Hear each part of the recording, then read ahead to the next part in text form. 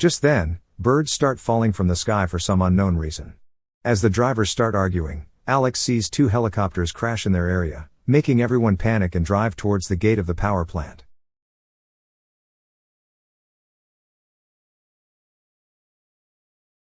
The movie begins as the holidays approached in December 2005. A love-struck boy, Alex, hides his feelings for his closest childhood friend in the town of Vanga, Anna.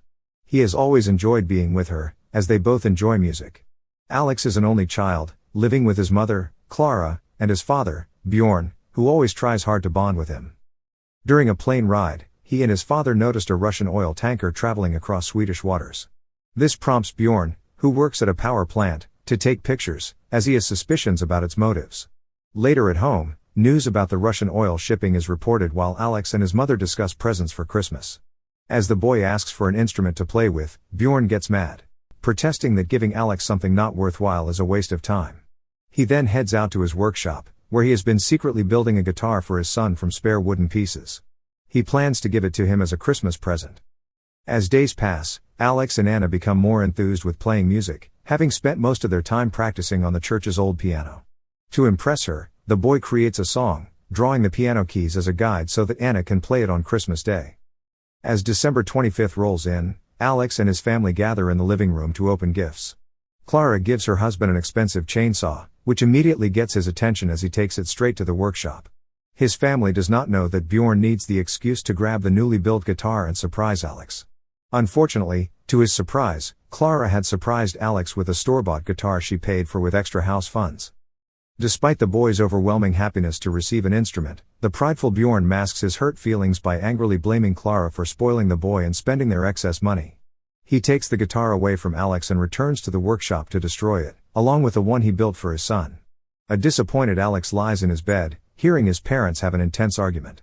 In the middle of the night, an exasperated Clara sneaks out of the house. She leaves Alex a letter apologizing for leaving. To cope with his sadness, he visits Anna to give her the song he wrote, not knowing she and her mother, Eva, had packed up to relocate to Stockholm. Clenching the gift in his hand, he decides to leave, but Anna sees him and tries to console him about his problem. The frustrated young boy shouts at her, forcing Anna to return to the car and leave without saying goodbye. Some more days pass, and as the relationship between Alex and his father, Bjorn, becomes uneasy. During dinner, he falls speechless, refusing to eat anything. As his father scolds him, the boy expresses his hatred for him. Visibly fed up, he packs his things and leaves the house, despite Bjorn's protest. Alex moves in with his uncle, Eric, who offers him to stay in a room in the middle of a renovation. While settling in, he tries calling his mom but gets no signal. Throwing the phone out of frustration, he accidentally discovers a piano hidden under the covers. He is then compelled to play it and channel all his sadness through the music. 10 years passed, and Alex is now a successful musician playing at different venues across Sweden. After another standout show, his manager Sherrick excitedly tells him about an opportunity to play in Sweden. He tries to mull it before making a final decision as he travels the road. News on the radio report about multiple explosions happening in the metropolis. Suddenly, Alex is shocked to see a nearby bridge collapse as people try to evacuate the area. He immediately calls his mother, Clara, but receives a voicemail instead. In his apartment, Alex watches more reports about the incident, as the government believes it to be an act of terrorism. He then gets an urgent call from his uncle Eric. His mother died from one of the explosions while she was on board a commuter train. He visits his uncle in the morning, where he is informed that he needs to come with him to Vanga to arrange a funeral for Clara. Though initially declining because of his flight to Berlin on Friday, he is later convinced to change his plans when he discovers the song he wrote for Anna years ago, which was inside one of the storage boxes. He then calls the priest of the local church about acquiring the old piano. Meanwhile, in Vanga, Bjorn has been living miserably without his family for years. All his energy has now been focused solely on working at the power plant. During the day before midsummer, he and his co-workers talk about the recent attacks in Sweden. Bjorn theorizes that Russia is involved due to the closure of the Nord Stream gas pipeline that runs through the Baltic Sea. Despite his colleagues' doubts about his claims, he does his best to secure all the locks and seals around the plant. Later in the afternoon, he is about to park his car when he sees another vehicle parked in front of the power station gate. As soon as he approaches, he sees a German-speaking Russian man picking berries and warns him to vacate the area. The man obliges, but just as he gets in his car, Bjorn decides to ask for his license and registration to check his identity. Although, after turning his back for 1 second, He is knocked unconscious by the trespasser with a shovel. Awakening at dawn, he returns to his house. He frantically calls emergency services about the incident, believing it is connected to the recent explosions. Simultaneously, he tries to reach his co-workers, Lasse and Connie, but only gets a hold of the latter. Unfortunately, Connie dismisses his ideas, thinking he was drunk from the previous night. With no one to help or take him seriously, he decides to investigate the matter independently. With midsummer finally commencing, the townsfolk gather in the open field to celebrate with their loved ones. Bjorn uses the opportunity to poke around and ask people for information about the Russian, who may be lurking around the neighborhood. While this is going on, Alex and Eric are attending the funeral for Clara. Afterward, the young man gets a call from the priest, informing him that the piano is under the care of the choir leader and that he should go and get it. Meanwhile, as residents enjoy the festivities, Bjorn looks around and spots the shady Russian man wearing a ball cap but loses him by the picnic area. Returning home, he tries using the phone line. Still, he stops when he watches the news report about the limited network connectivity around Sweden due to some interference. Later at the church, Alex is surprised to discover that the choir leader is none other than Anna. They talk for a while and spend some lost time together, separated since Anna's mother took a sensitive position as a countryside minister in the capital. She reveals that she no longer stays with her, choosing to be with her ailing grandmother back in the village. She then invites Alex back to her house to reminisce some more. Meanwhile, Bjorn returns to the power station and continues calling for any emergency responders and available personnel to assist him, despite everyone taking a holiday off. He is convinced that Russian soldiers have invaded Sweden, posing as German tourists to gain access to certain areas, including the electrical grid. With no one picking up, he finds the courage to call Alex but gets a dead dial tone, frustrating him. Outside, the skies have become gloomy, as rain clouds blanket Sweden with eerie dankness. Minister Eva is awakened in the morning by the police, prompting her to come with them to City Hall. Once there, she sees members, staff, and associates gathering in the lobby to hear about the Prime Minister's declaration to raise the country to a high alert status due to impending war, handing the Riksdag control to the military. This distresses everyone, as they are asked to evacuate and tell no one about the situation. Eva immediately heads down to the parking lot to call Anna. Still, the network issues plaguing the nation are barring her from getting a stable connection. At breakfast, Alex asks about the pictures on her refrigerator when she reveals that she has raised a family, having given birth to a daughter, Aileen, who is now 5 years old. Feeling betrayed by the revelation, he leaves her house abruptly without hesitation. Driving at a crossroads, he stops for a moment to process his emotions when suddenly, an out-of-control delivery truck crashes into him. The young man survives and slowly steps out of the vehicle to inspect the truck driver, who looks confused and out of sync with reality. Returning to his car, he sees another vehicle crash into a tree. He drives away, completely bewildered by what he witnessed. News reports on the radio suggest that citizens are quarantined in different locations around the country. Eva is trying to cross the bridge in the city when a patrolman requests her to turn back due to the road closure. A car then rams straight at the barricade, followed by another vehicle slamming into Eva hard. Slowly, more and more people recklessly drive and crash into each other for some unknown reason. Though Eva is injured, she forces herself to move out of the wreck, as a police cruiser pins her against the railing but gets slammed by another car. She crawls inside another vehicle and drives off while seeing the Parliament building explode. Meanwhile, Bjorn busies himself with monitoring the plant when an alarm from a connecting power plant is triggered, followed by others. As he checks the map on screen, the camera feed gets cut off, indicating someone is trying to hijack the plant.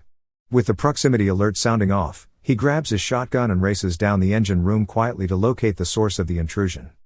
As the emergency light flickers for a second, he shoots one of the armed individuals that appeared by the hallway. He is then forced to fight off the men, leading to a cat-and-mouse game, as he uses all the available work tools in the facility as weapons to fend them off. After taking out most of the intruders, he returns to the control room but gets jumped by another masked man.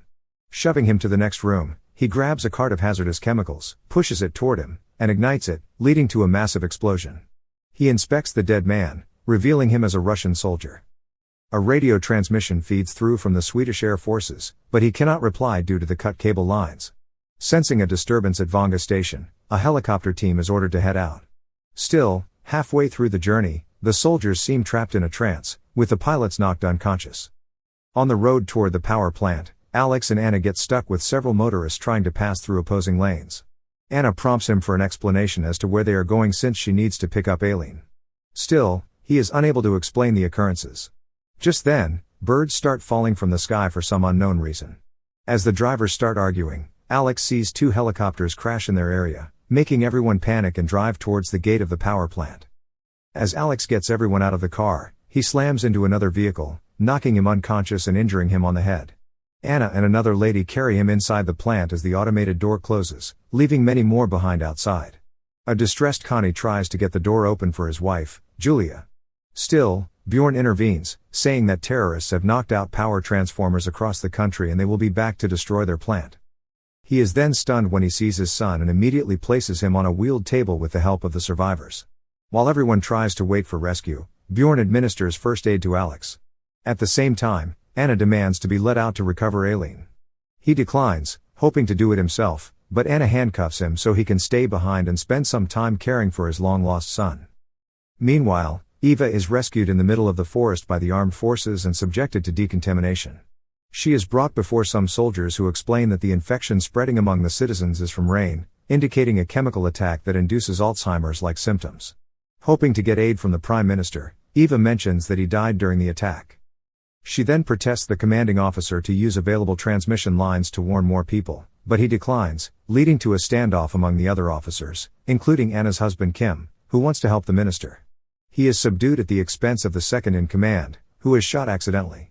Eva is then led into a chamber to transmit an emergency broadcast. At the power plant, Alex awakens, surprised to see his father chained up to the railing. Old issues arise as he and Bjorn start blaming each other for their mistakes as a family. Alex then reveals that Clara is dead, devastating his father. As Eva's message plays out, explaining the situation, Alex ventures out in search of Anna, not knowing the effects of the chemical rain may affect him. Surprisingly, she sees her on the road, along with Aileen, whom she recently rescued from the Air Force Academy, believing Kim has died. As the sound of helicopters draws near, they head back to the power plant to rescue Anna's grandmother and the citizens inside. Alex lets Anna lead everyone out as he returns to the control room to save his father. After being freed, he and Bjorn fix the radio to contact the military and reveal they will wait for them at the church. Alex is bewildered when he hears Kim's voice, knowing he survived. The team immediately responds and heads out, along with Minister Eva. As Bjorn instructs his son to leave with him, he refuses, bringing back old feelings of resentment. They scuffle, with Alex beating his father up. The remaining Swedish military reaches an encampment, with Kim wanting to travel alone to Vanga to rescue Anna and Aileen. Just then, enemy forces attack from the darkness, shooting Eva dead. Kim rushes to an armored vehicle and drives away from the crossfire, leaving his colleague Thalin behind after being fatally shot. Meanwhile, Alex heads out with Anna, Aileen, and her grandmother as he picks out a working car to drive. The residents are shocked to see another explosion while enemy soldiers corner Alex. He enters a car and goes off hurriedly, only to leap out when it crashes through a downed helicopter. He hides for a moment under the tall grass before the soldiers leave the area. Unfortunately, another helicopter spots and chases him with gunfire. Fortunately, Bjorn intervenes and takes down a helicopter from his airplane. While hiding in his father's shed, he finds the broken homemade guitar he did not know he was gifting him. Bjorn's plane crashes into his home, burning it down. Alex then sees his father climb out and, with his last breath, sits on a chair, grabs the guitar, and declares it the only gift that will make him happy. The old man then dies. With that realization, he leaves the area and arrives at the church, finding Anna and the other residents safe. He then takes a moment to give her the song he wrote for her, but the rain has given him memory loss, and the next thing he sees is Anna being taken away by the military. He then thinks about what might have been if he had given the letter that Christmas Day. The movie ends with news reports about the attack spreading worldwide, with the United Nations condemning the attack. Over 800,000 people lost their memories based on the government's findings. A professor then asks who is to blame for the attack. Another news report features Putin talking about the economy, implying that Russia was the culprit. Thank you for watching. Subscribe for more videos like this to help the channel out. Have a nice day.